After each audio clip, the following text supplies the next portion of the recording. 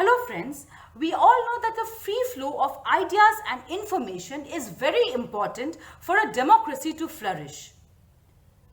However, the problem of fake news not only misleads the consumers, but it also creates problems for the state and is also detrimental to the democratic setup. In the recent COVID scenario, it was remarked by the director of the WHO that we are not only fighting the epidemic but also the infodemic. Fake news travels faster, more easily than the virus and is just as dangerous. Talking about the Indian scenario, the problem of fake news and information is a serious challenge. Popular social media platforms like Facebook and WhatsApp are often bombarded with fake news, misinformation, divisive propaganda, which often leads to extreme consequences.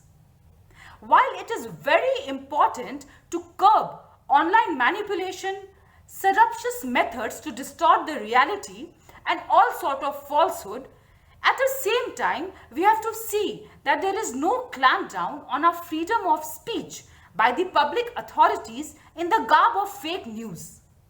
Therefore, there needs to be maintained a balance between the freedom of speech on one hand and safeguarding ourselves from misinformation and fake news on the other hand. Talking about the freedom of speech, the same has been guaranteed to us under Article 19 of our Constitution.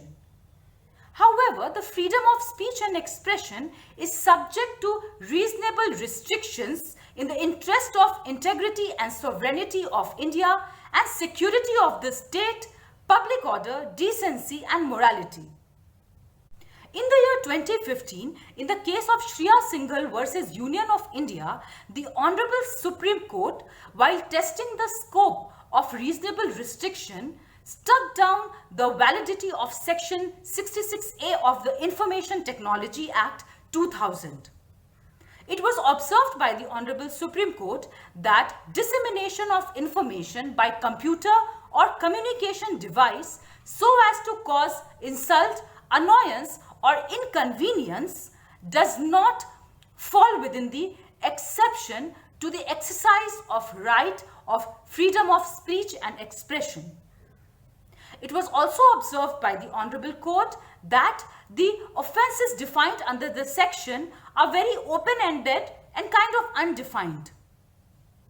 In the case of Subramaniam Swamy versus Union of India, however, the Supreme Court did uphold the validity of the criminal defamation sections enumerated under the Indian Penal Code.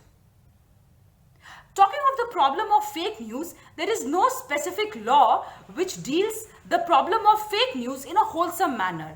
However, there are various provisions under the Indian laws which strictly prohibits and punishes creation of fear, panic or alarm among the public. Section 54 of the Disaster Management Act states that whoever makes or circulates a false alarm or warning with respect to a disaster or with respect to its severity or magnitude leading to panic shall be punished with imprisonment extending to 1 year or with fine. However, the scope of the Disaster Management Act is not so broad.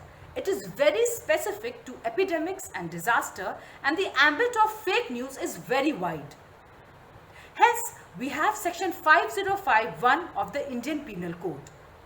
Section 5051 of the Indian Penal Code states that whoever by making, publishing or circulating any statement or report or rumor so as to create fear or alarm among public or any section of the public shall be punished with imprisonment extending to 3 years or with fine or both.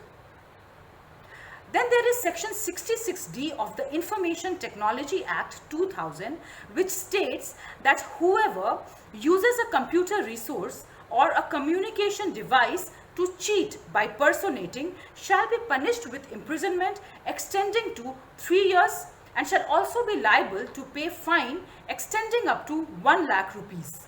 While addressing the issue of fake news, it was recently remarked by a senior Supreme Court judge that the incessant and mindless forwarding of messages without verifying the content often leads to the spread of fake news.